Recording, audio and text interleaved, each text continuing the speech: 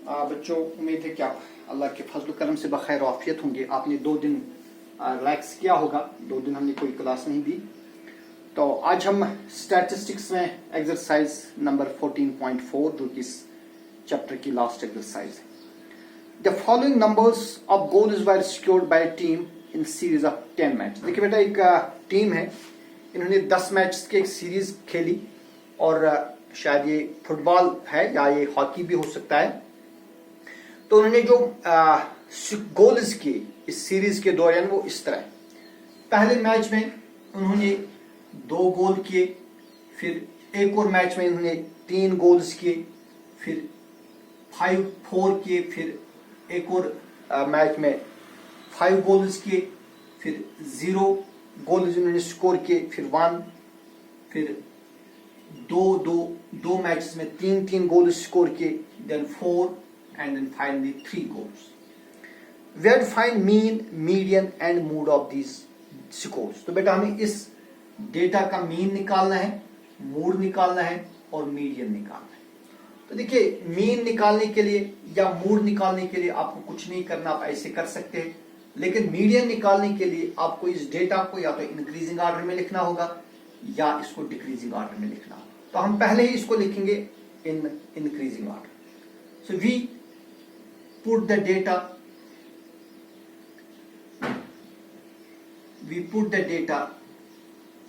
in increasing order। आप decreasing order में भी लिख सकते हैं। एज देखिए, इंक्रीजिंग ऑर्डर में हम सबसे पहले सबसे जो छोटा ऑब्जर्वेशन होगी, सबसे छोटी ऑब्जर्वेशन यहाँ पर 0 है, तो हम पहले वो लिखेंगे। उसके बाद 0 से बड़ी ऑब्जर्वेशन 1 है तो 1 लिख देंगे, और 1 के बाद 2 लिखेंगे, लेकिन 2 वो भी एक ही बार है। अब बेटा इसके बाद 3 लिखेंगे, लेकिन ये 3 1 2 3 और 4 बार है, तो हम 3 लिख देंगे, लेकिन 4 टाइम्स लिखेंगे, 3 3 3 3 एंड 3। और इसके बाद 4 है, 4 2 बार है, और फाइनली वी हैव 5। तो इसलिए हमारे पास 10 ऑब्जर्वेशन, 1 2 3 4 5 6 7 8 9 एंड 10। तो देयरफॉर हम पहले मीन निकालेंगे।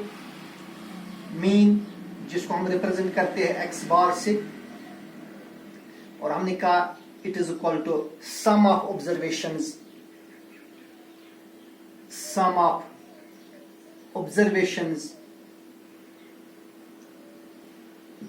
Divided by total number of observations.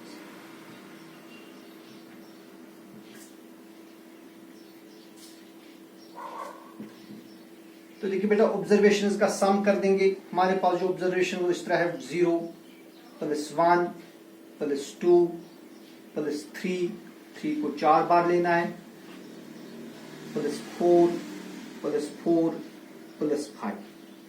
और ये ऑब्जर्वेशंस कुल कितनी है? 10 है। 1 2 3 4 5 6 7 8 9 एंड 10। अब इनको ऐड कर दीजिए, यहां से करेंगे। 0 + 1 is 1, 1 + 2 is 3, 3 + 3 is 6, 6 + 3 is 9, 9 + 3 is 12, + 3 is 15, 15 + 4 is 19, 19 + 4 is 23, 23 + 5 is 28, 28 by 10 is equal to 2.8. Hence, mean of these observations or mean of these goals scored is 2.8. अब बेटा इसके बाद मीडियन निकालें, ठीक है। देखिए, मीडियन निकालने के लिए हमें मीडियन, आपको मालूम है मीडियन क्या होता है, मिडल मोस्ट टर्म। तो मैंने आपको इससे पहले भी बताया कि अगर नंबर ऑफ टर्म्स ऑड होंगी तो मिडल मोस्ट एक ही टर्म होती है और वही टर्म हमारा मीडियन बनता है। लेकिन अगर नंबर ऑफ टर्म्स इवन होंगी, जैसे कि यहाँ पर है, तब मिडल मोस्ट 2 टर्म्स बनेंगी। तो उन 2 मिडल मोस्ट टर्म्स का जो अर्थमेटिक मीन होगा, that gives the median of this data. अब देखिए, मीडियन निकालेंगे।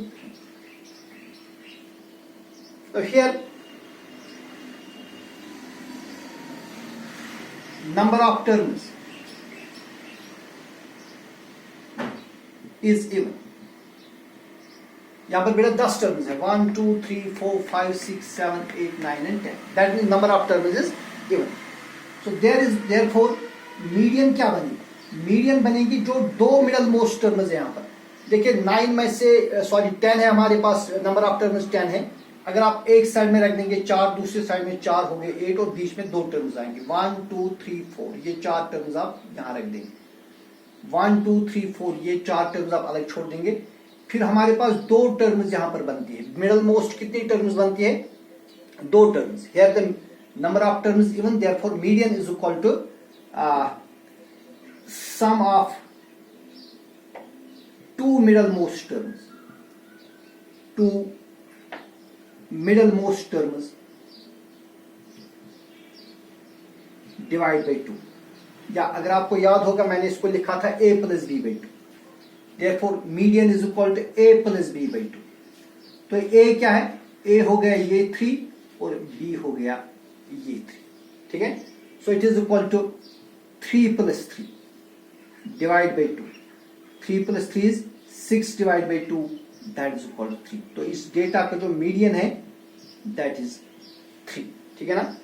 2 1 are 2, 2 3 are 6, hence the median of this data is 3। और यहां पर जो मीडियन है that is one of the terms of the given data. इसके बाद मूड निकालना है। मूड मीन्स वो टर्म जिसकी फ्रीक्वेंसी सबसे ज्यादा हो, और मोस्ट फ्रीक्वेंटली ऑकरिंग टर्म यानी जिसकी फ्रीक्वेंसी सबसे ज्यादा हो, मोस्ट फ्रीक्वेंटली ऑकरिंग टर्म। तो यहां पर देखिए कौन सी टर्म है जिसकी फ्रीक्वेंसी सबसे ज्यादा है? तो 3, 1 2 3 4, इसकी फ्रीक्वेंसी 4 है, लिहाजा जो mood off the data that is 3। So mode is the most frequently occurring term, और यहां पर जिस टर्म या जो टर्म सबसे ज्यादा बार आती है वो 3 है, लिहाजा इस डेटा का मूड है 3। इसी तरह क्वेश्चन नंबर 2 है।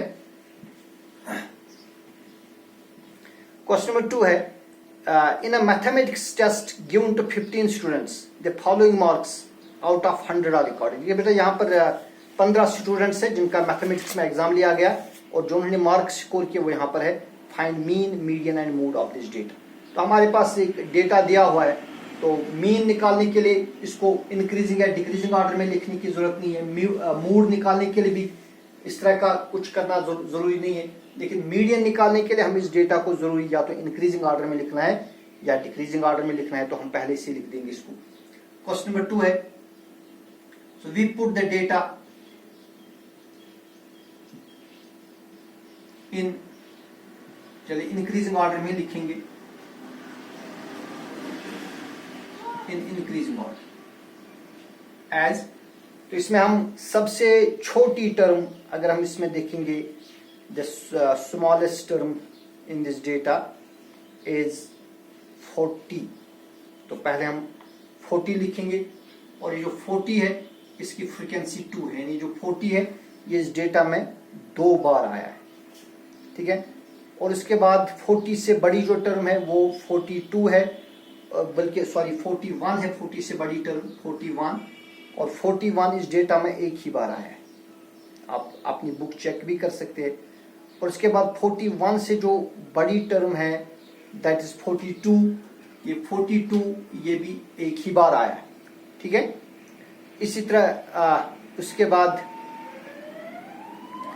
सॉरी इसमें एक टर्म 39 भी इसमें एक टर्म, तो पहले 39 आएगा, फिर 40 इसमें हम लिखेंगे, 40 2 बार है, फिर 41 एक बार है, 42 एक बार है, फिर उसके बाद 46 है, 46 ये भी एक ही बार है, 46 के बाद है 48 जो है ये भी एक ही बार, और इसके बाद है 52 है 1 2 और 3 बार, 52 ये 3 टाइम्स है, 52 और 52, और 52 के बाद है 54 एक बार है, फिर है 60 भी एक ही बार है, और इसके बाद है 62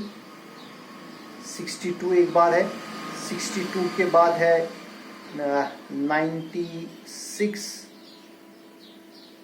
96 है इसमें एक और टर्म 96, और फिर फाइनली है 98। These are 15 terms, 1 2 3 4 5 6 7 8 9 10 11 12 13 14 और 15। तो पहले हम इसका मीन निकालेंगे, therefore mean is equal to mean, जिसको हम x बार से रिप्रेजेंट करते हैं। कैसे हम लिखते हैं? It is equal to sum of observations. Mean निकालने के लिए हमें इसको इंक्रीजिंग ऑर्डर में लिखने की जरूरत नहीं है, डिक्रीजिंग ऑर्डर में लिखने की जरूरत नहीं है।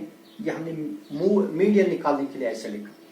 तो sum of observations divide by total number of observations, यानी इसको हम n भी बोलते हैं। n means total number of observation. तो बेटा अब इनका सम कर देंगे। क्या है? 39 प्लस 40, अगेन 40, फिर 41 प्लस 42 प्लस 46 प्लस 48, 52 तीन बार लिखना है,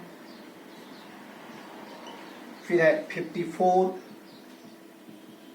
then is 60 plus 62, 96, 98 divide by total observation वो 15। आगे आपके लिए होमवर्क है, आप ये खुद करेंगे।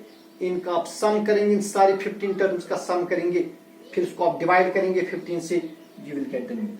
तो मीन आप खुद निकालेंगे, ये आपके लिए होमवर्क। इसके बाद हम क्या निकालेंगे? मीडियन। अब देखिए बेटा यहां पर जो नंबर ऑफ टर्म्स वो क्या है? वो 15 है। ये और median is equal to middle most term.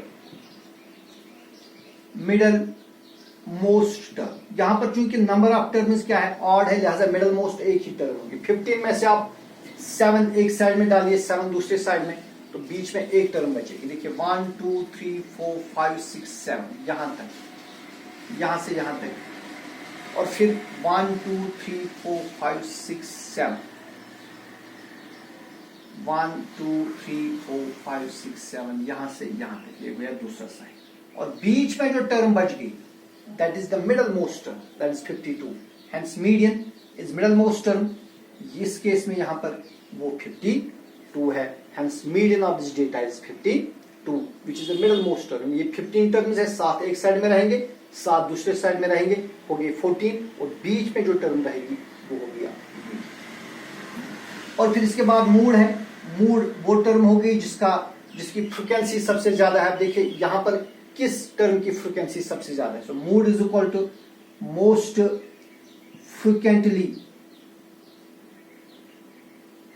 Frequently occurring term, यानी जिस टर्म की फ्रीक्वेंसी सबसे ज्यादा। यहां पर किस टर्म की फ्रीक्वेंसी सबसे ज्यादा है? कौन सी टर्म सबसे ज्यादा बार है? 52, 3 बार है, लिहाजा इसका जो मूड है that is 52। Then is question number 3, a very very important question. Question number 3 है,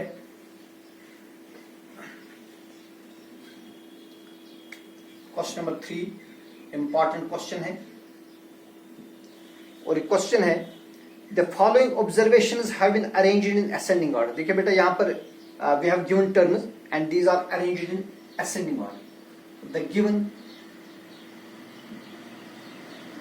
terms are, or observations है, the given observations are, the observations are 29, 32, 48, 50, x plus 2, x एक अलग टर्म है और x प्लस 2 अलग term है। Then 72, 78, 84, 95.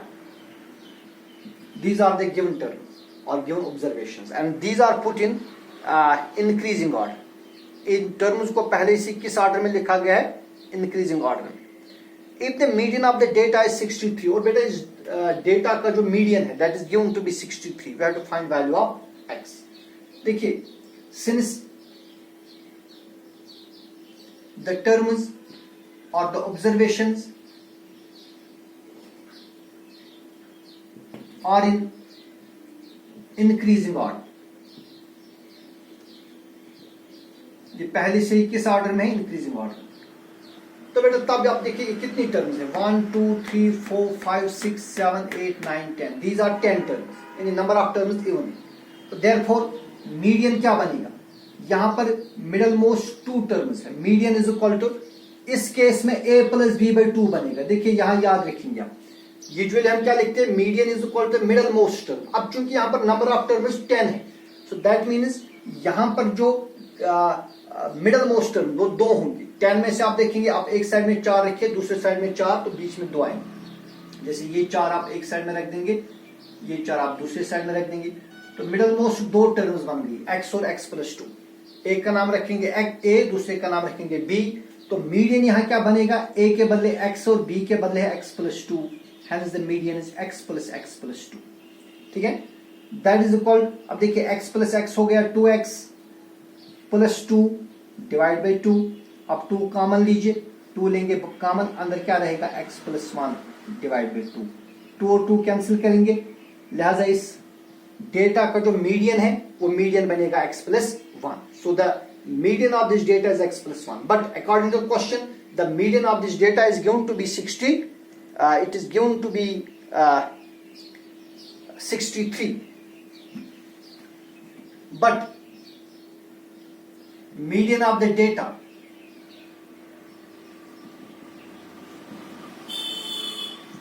is equal to 63, लेकिन इस डेटा का जो मीडियन है वो क्या है, 63, ये गिवन कंडीशन है। लिहाजा जो x प्लस 1 ये किसके बराबर आएगा, इसी 63 के बराबर है। तो therefore x plus 1 is equal to 63, क्योंकि x प्लस 1 भी इसी डेटा का मीडियन आ गया और 63 भी इसी डेटा का मीडियन है। एक ही डेटा में 2 अलग मीडियंस नहीं हो सकते, तो x प्लस 1 63 के बराबर होगा। और this implies x is equal to, इस मान को ट्रांसपोज करिए, you will get 63 minus 1, 63 minus 1 is 62, hence the median of this data is 60, hence the value of the x is 62। लिहाजा इस डेटा में जो x है, x का वैल्यू क्या बनेगा, 62 बनेगा। देन इज चलिए आज के वीडियो में हम इतना ही करेंगे। कल के वीडियो में हम इंशाल्लाह 3 मजीद क्वेश्चंस करेंगे और इसके साथ ही ये चैप्टर और आपका U3 का सिलेबस कंप्लीट हो जाएगा। वस्सलाम।